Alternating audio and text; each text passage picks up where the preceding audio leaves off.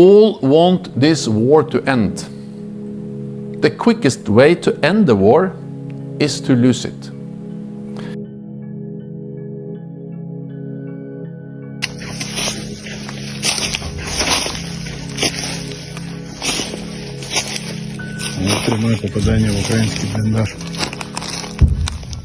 The armed forces of the Russian Federation, as well as Ukraine, continue to attack each other's positions in the Kursk region. The Russian offensive west of Sudza slowed down after Ukrainian brigades struck across the border further west near the district center of Kurakhove.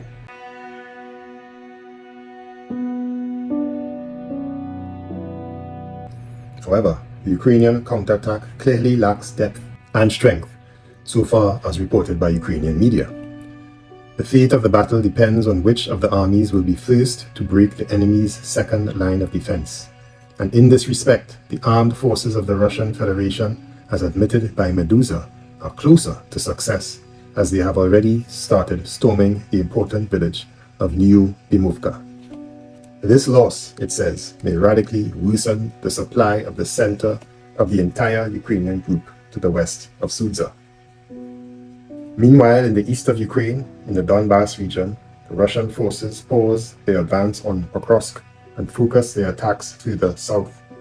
In September, they bypassed Selidove, heading south, and then launched a new offensive toward Kurakhove, further south, and which is described by Ukrainian media as being the main logistics center of the armed forces of Ukraine in the south of the Donbas region. It seems that the Russians are focusing on tightening the salient created south of Pokrovsk by continuing their momentum after the capture of Ukrainsk and moving on Hernik on the northern flank.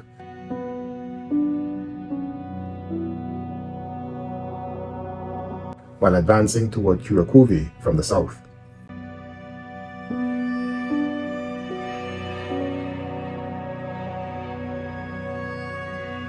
While these areas continue to worsen on the front line, Ukrainian officials claim that the Russians have stalled on Pokrovsk, while Zelensky speaks of presenting a victory plan to President Biden in the coming weeks. І сьогодні вже можна сказати, що вже повністю підготовлений наш план перемоги, всі пункти, всі ключові акценти, визначені необхідні додатки з деталями до плану.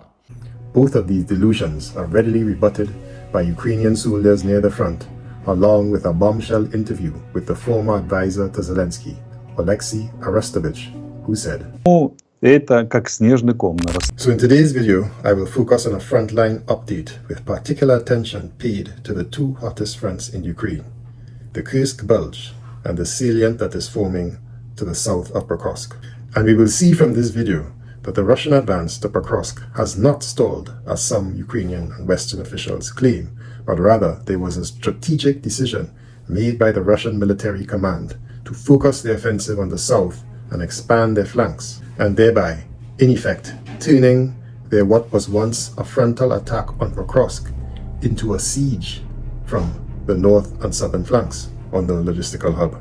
This age-old Soviet military strategy is also being employed by the Russians further south in the Ugledar region, which I will also touch on briefly in this video.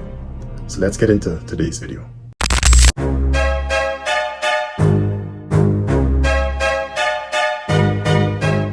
In Kursk, Russia has concentrated most of its efforts on removing the threat of their forces being isolated in the Kurakhove district. With this aim in mind, Russian troops launched a series of attacks from the west and the north in the direction of Snagpost.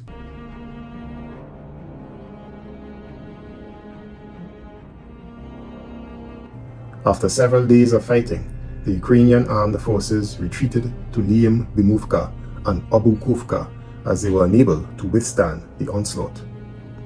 The Russians pursued the Ukrainian troops but were stopped by Ukrainian paratroopers who came to assist.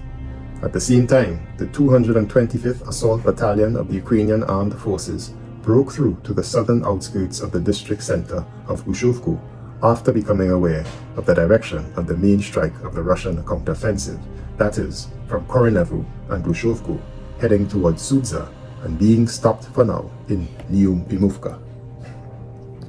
It appears the armed forces of Ukraine put in place a plan clearly prepared in advance in anticipation of this Russian counterattack strategy. Namely, the Ukrainians struck a flanking strike across the border on the advancing group of the Russian armed forces. A total of 2 strikes were carried out, one to the south and another to the southeast of the district center of Kurakhove.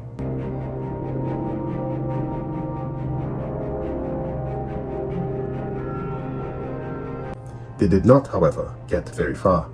In fact, they only succeeded to drive a small wedge into the border defense only a few kilometers in depth near the village of Vesely when they were stopped by Russian reserves.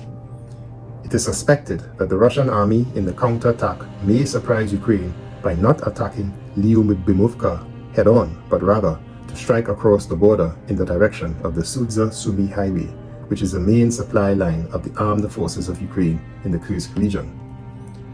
The Russian forces have already captured the initial area for such a strike near the border, and the very danger of such an attack should force the command of the armed forces of Ukraine to disperse their forces.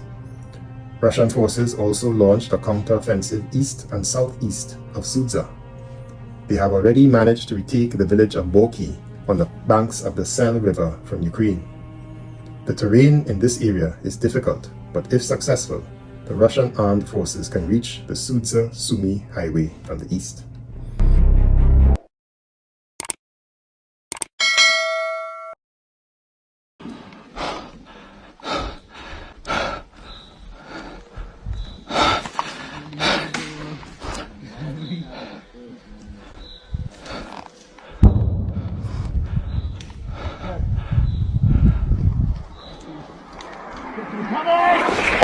Meanwhile, in the east of Ukraine, as Russia shifted the main focus of their assaults to the south, their success in the northern part of Pokrovsk was minimal.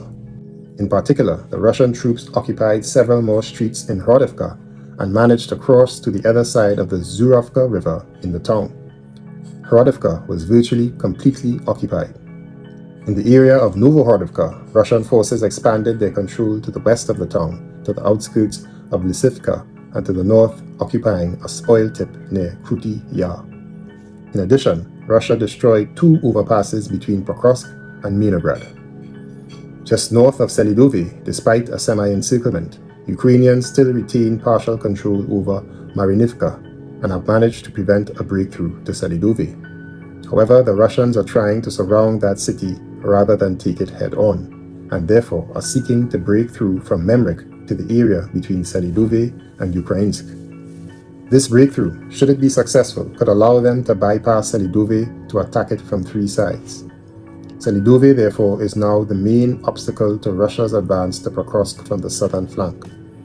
There are conflicting reports on Ukrainsk. In my last video, I reported that the Russians have claimed to have captured the city, but the Ukrainian armed forces claim that they still control approximately 10% of the western territory near the spoil tip and the mine. Nevertheless, they do admit that due to intense pressure from the advancing Russian forces, the Ukrainian defense forces are expected to fully withdraw from the city soon.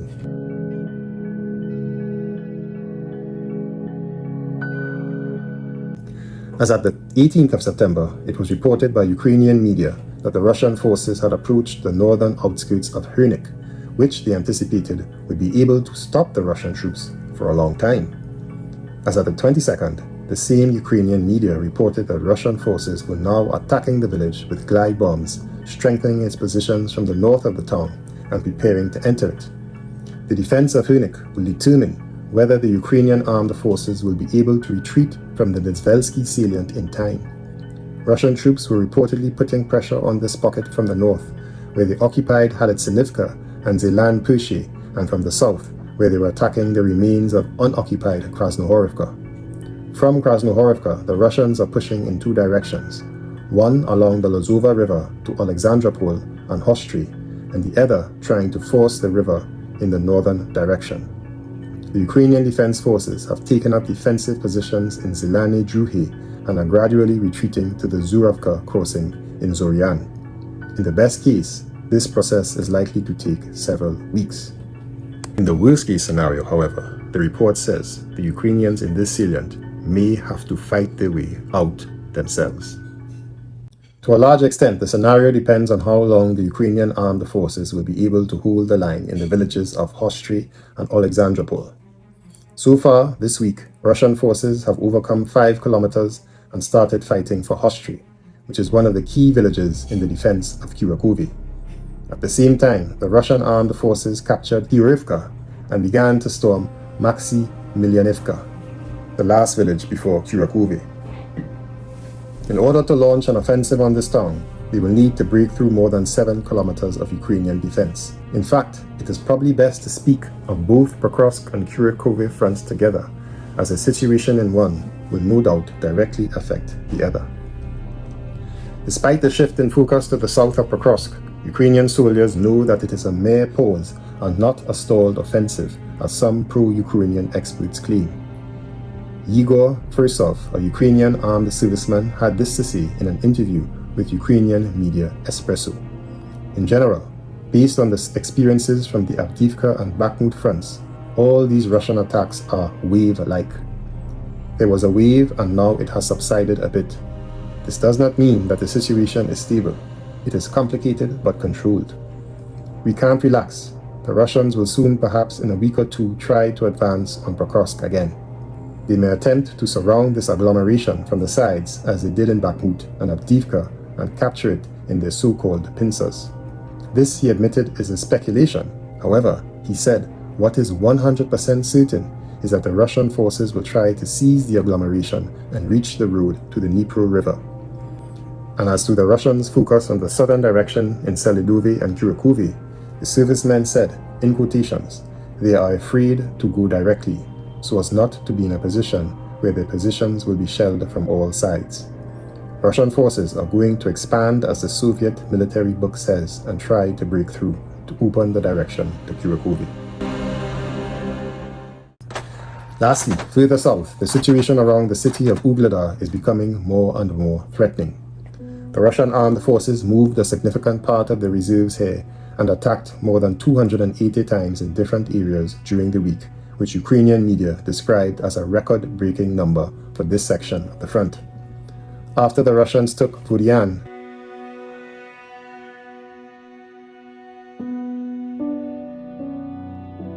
they began to storm the mines number 1 and 3. The Ukrainians, in their retreat from mine number 3, blew up a 115-high mine shaft to deprive Russian forces of an advantage.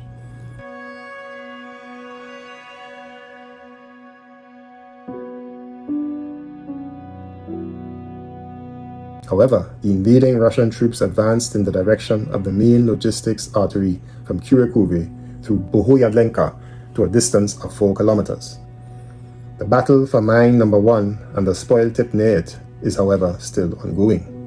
The Russians also approached the southern outskirts of Katernivka across this field, which will make it easier for them to complete the occupation of Konstantinivka. To the southwest of Ugledar, the Russians have advanced a few kilometers in the direction of Zolota Niva. On this section of the front, the Russians are looking for ways to force the Kasalach River to get behind the defenders of Ugledar. It seems that it is on this Ugledar direction that the Russians want to achieve the fastest possible result and capture the Ugledar fortress, as is reported by Ukrainian journalists. If this happens, it will have negative consequences for the entire southern front, not only in Donetsk, but also in the Zaporizhia region. To put things in perspective, the former advisor to the Zelensky administration, Oleksiy Arestovich, in an interview with Ukrainian media, spoke of what he described as the upcoming military collapse in the Pokrovsk front due to a failed mobilization, and that it is for this reason, he says, that Zelensky needs to push for peace now to avoid these disastrous consequences unfolding for Ukraine. Фактически голоса с фронта говорят, что мобилизация провалена. Не в смысле человека не поймали и не одели в форму, а в смысле в войска поставляется боец, который не умеет и не хочет выполнять задачу. Поэтому это как снежный ком нарастает, и я говорю, тяжелейшие последствия будут в виде там 2-3 Покровского провала в ближайшие 3-4 месяца. Такими темпами, как развивается ситуация, может быть и раньше. Но если помиримся, то никто не увидит этих последствий, если будет прекращение огня. И я вам скажу по большому секрету, слава Богу. Потому что когда фронт обвалится, мириться придется на куда более худших